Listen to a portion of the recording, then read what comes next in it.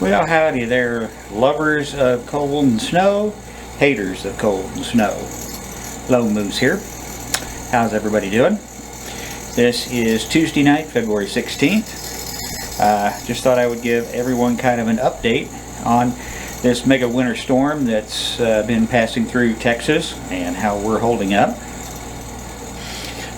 Our involvement with it really started on Friday the 12th of February.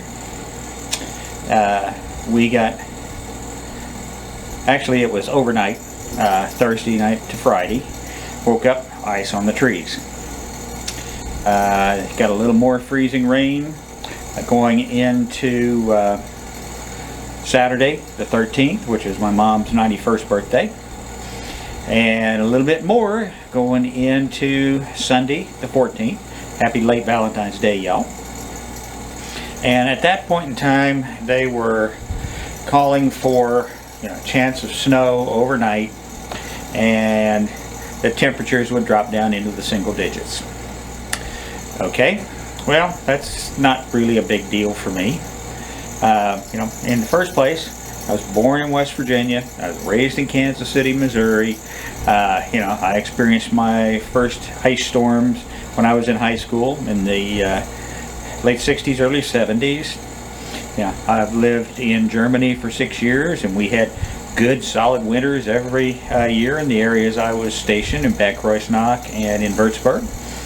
And been in Maryland. I lived in Maryland during Snowmageddon over the winter of 2010-2011, where we got 2 feet of snow out on around Christmas time, and it never really did get above freezing, and very little of it melted. So the last week of January we got 3 feet of snow, and then we had a week off and we got 3 more feet of snow. So literally I was in snow up to my neck. And at the same time, as soon as all that snow stopped, I got out and dug out on the deck and got to my grill and was cooking hamburgers. That's just how the old moose goes. Anyway, so I wasn't too concerned. Just in case. Here down in South Texas, when they say there's a chance of snow, if we actually get any, which is not that often, it's a ½ an inch to an inch. Okay. That's a dusting as far as I'm concerned. Well, just to be on the safe side, got a few things lined up just in case. Well, I started up the fireplace. Well, it's actually a fireplace insert in the living room on Sunday night, because the temperatures were supposed to drop down to 6 that night. Now, here in South Texas, all we have for heat really is heat pumps, which are worthless when the temperature starts getting in the 20s and below. That was really, for all of my dogs, the first time that they experienced a fireplace or a fire, because I hadn't used it in years. It hadn't been that cold. And they quickly learned that, oh, this is nice to cuddle up in front of the fire on their dog beds. Or, I moved in there for them. So they got to where they really liked that. In fact, tonight, again, this is Tuesday night, I wasn't going to do a fire, and Britt and Chloe, 2 of my girls, went in and sat down on their beds in front of the fireplace and looked at it and looked at me and looked at it and looked at me. Like, okay, Dad, come on, get us a fire going. We like this. So I've got a fire going, and I'll have a few little video clips of that as we go here. So anyway, I'm staying up all night Sunday night, more or less. I'd nap for 45 minutes to an hour and a half, but I'm tending the fire, keeping it going, because this house is about 50 years old, and that insert's probably about that same age, and it at one point had a blower fan on it, but it doesn't anymore. And in fact, I tried looking it up. That company's been out of business for almost 20 years. You can't even get parts for it. So it's just more or less radiant heat, or you can, if you want to sit in front of it and open the door, you can get nice and toasty. And so I started looking out the window, because they were calling for snow. Look out the window on the back deck. Yeah, there was a little snow coming down, about somewhere between 10:30 and midnight. Next time I go take a look, between 3 or 4 in the morning, there's probably 3 to 4 inches of snow on the deck. Holy crap. So playing with that. Get up Monday morning and there's 8 inches of snow out there.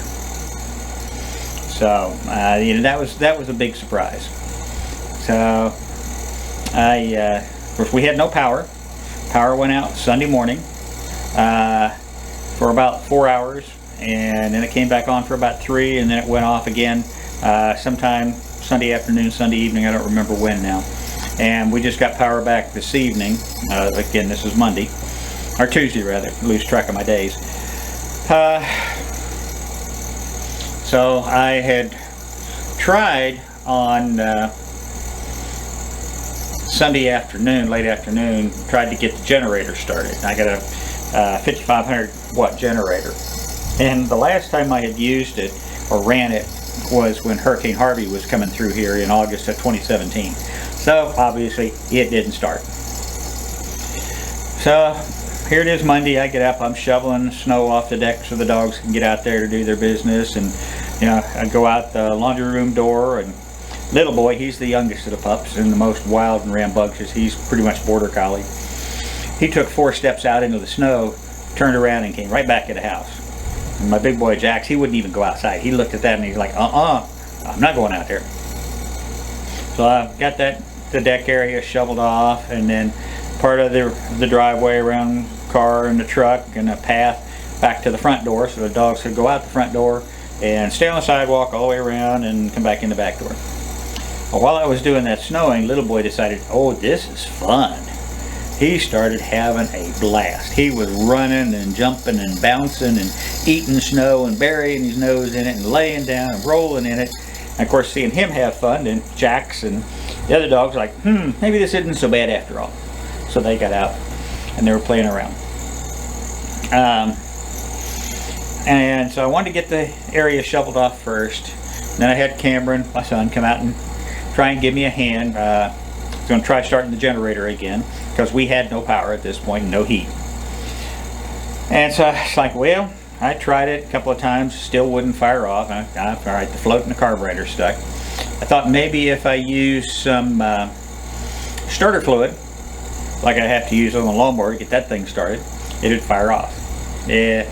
Well, the problem with that was apparently the starter fluid was so cold, because it was like 5 degrees that morning. The starter fluid, which no way it should have, but it either froze or the nozzle was stopped up, nothing would come out.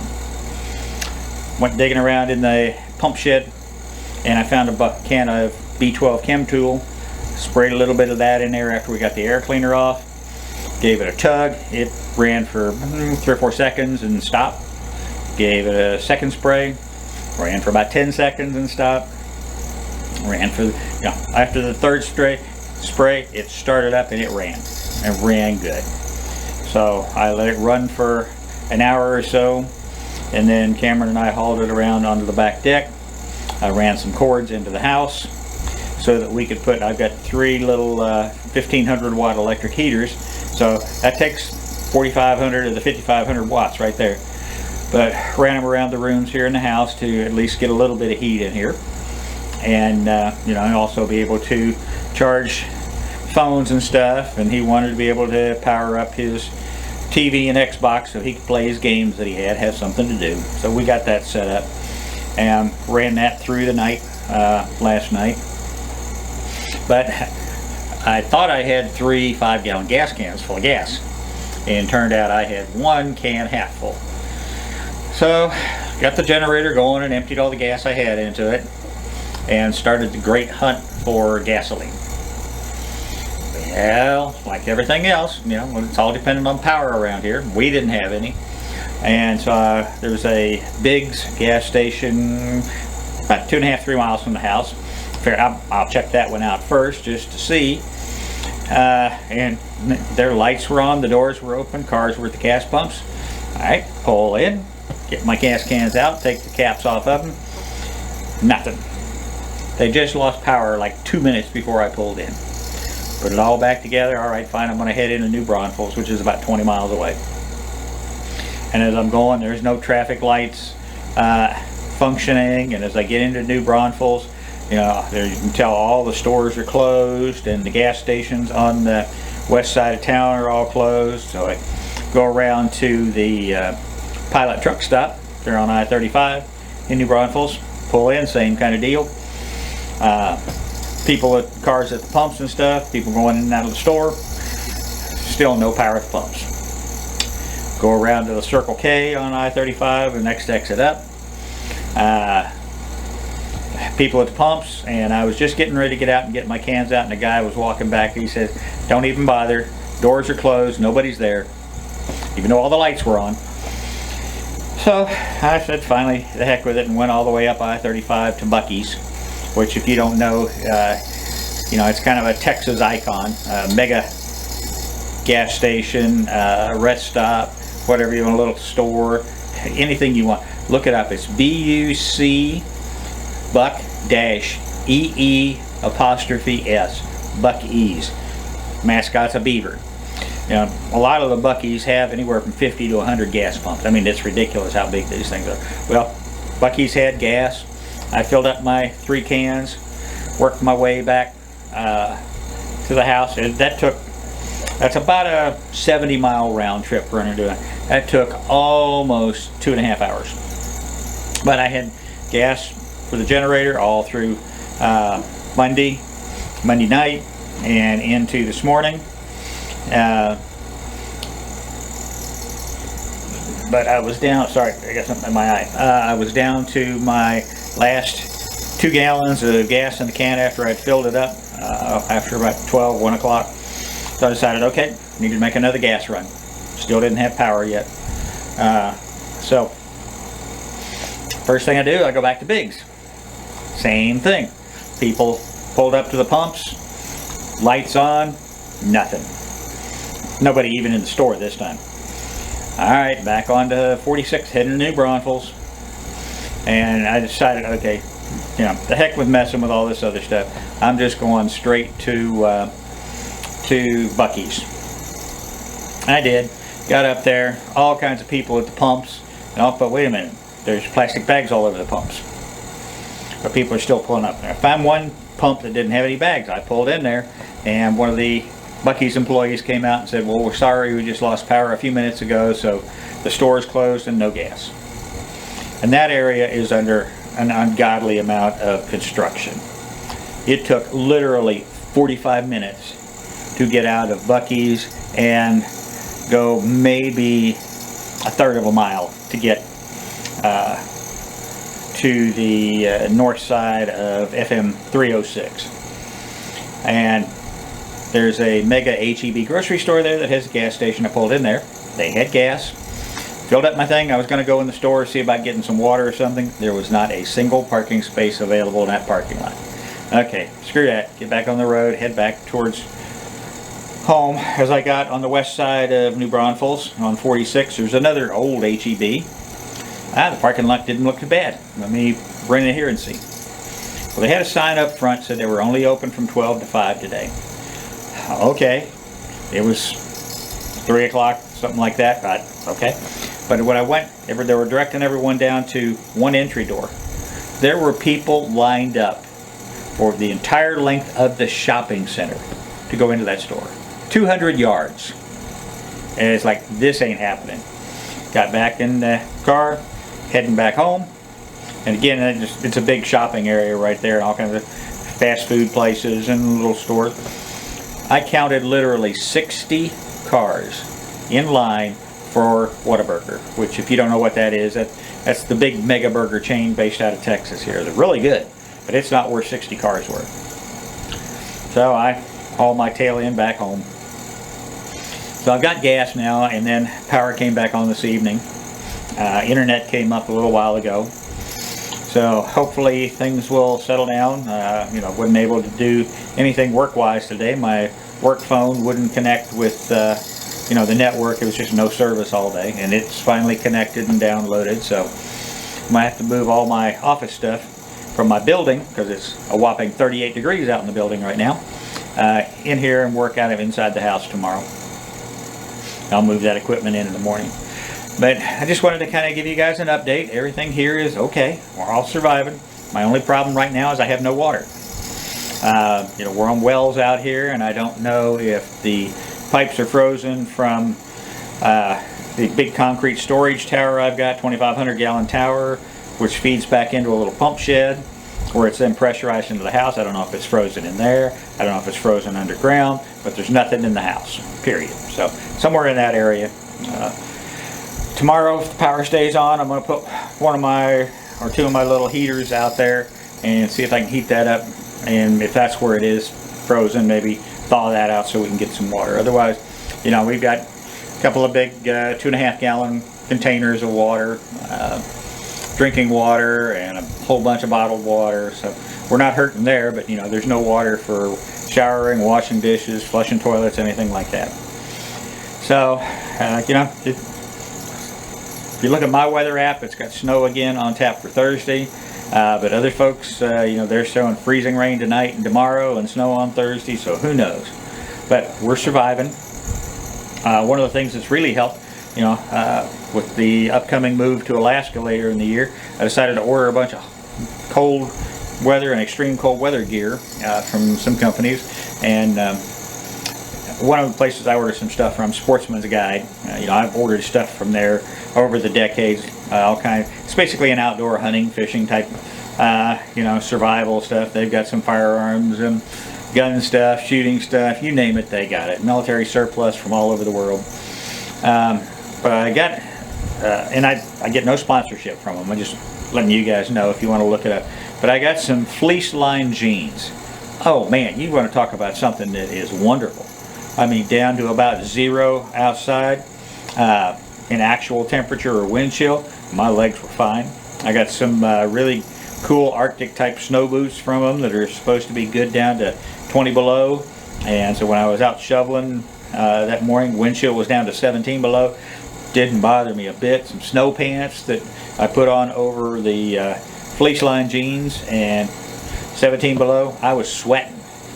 So, you know, part of the stocking up and getting ready to go for that, it really kind of turned out like an old Army FTX, if you know what that is, a field training exercise. You know, going through, making sure I still know how to do everything, prep and survival. You know, I've been living in my old Army polypro top here. So my old Army heavy wool sweaters, I can barely fit in them, but I got them. And it's been good. You know, I've been out driving around the last 2 days, where most people can't even get out of their driveway, and I've been, you know, running 70 to 100 miles a day in search of gasoline, really. But you know, it did reaffirm that all my winter and snow driving skills are still intact. And when we had the ice on the roads, well, forget that. Smartest thing you do is do nothing. But anyway, I just wanted to share some information, let y'all know we're okay, because I hadn't posted any videos, answered any comments, or probably in almost a week now. But you know, after this, you'll see in sequential order, you know, from dates when we had the ice, and then, you know, into the snow, the fire, and you know, the dogs are doing okay. That's the most important thing. You got to take care of my babies. So I hope y'all enjoy this. I hope everyone out there is warm and safe. You know, that I know that they're opening all kinds of warming shelters around the country. So please don't be shy if you need to take advantage of something like that, or if you need to ask friends for help. You know, this is the time that we as people all need to pull together. So help each other out. You know, at some point somebody will be able to help you out. So, you know, pay it forward, pay it back, whatever you want to call it. But, you know, take care of your friends and your neighbors and your family. Well, if you like my videos, hit the like and subscribe. That's what keeps me motivated. You know, all this weather clears up, I'll get back to doing some of my cooking and other kinds of videos. If you hit the notify bell out there, you'll be notified every time I post a new one. In the meantime, please stay warm, please stay safe. This is Lone Moose out, and I'll see y'all in the next one.